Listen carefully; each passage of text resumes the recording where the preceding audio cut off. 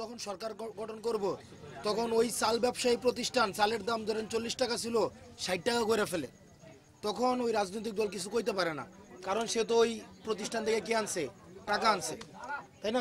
খাইয়া রাখছে আগে, যেহেতু খাইয়া রাখছে এই কারণে আর কথা কইতে পারে না, বুঝছেন? এখন আমরা সিদ্ধান্ত নিছি আমরা এরকম ব্যবসায়ী থেকে আমরা কি নিব না, টাকা নিব না। আমরা হচ্ছে কি জনগণ থেকে কি করব, টাকা নিব, যাতে করে জনগণ 5, 10, 20, 50, 100 টাকা করে দিবে, এবং আমরা ব্যবসায়ীদের কাছে আর মাথা নত করবো না। এদের নীতি নির্ধারণ করে না, এগুলোতে আর আমরা মাথা নত করব না। এইটা নিয়ে আপনাদের কোনো পরামর্শ আছে কিনা? সেলিম ভাই, এই আইডিয়াটা কি ভালো না খারাপ?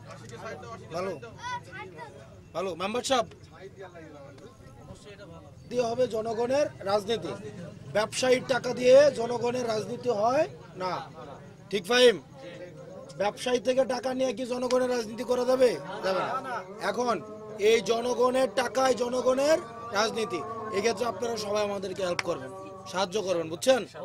যাতে করে আমরা জনগণের জন্য কাজ করতে পারি, যাতে করে আর কোনো রাজনৈতিক দল ব্যবসায়ীর কাছে নিজেকে বিক্রি করে না দেয়, যাতে করে নীতি নির্ধারণের ক্ষেত্রে ব্যবসায়ীদেরকে সুযোগ না দেয়, জনগণের সুযোগটা যেন কি রাখে, মাথায় রাখে।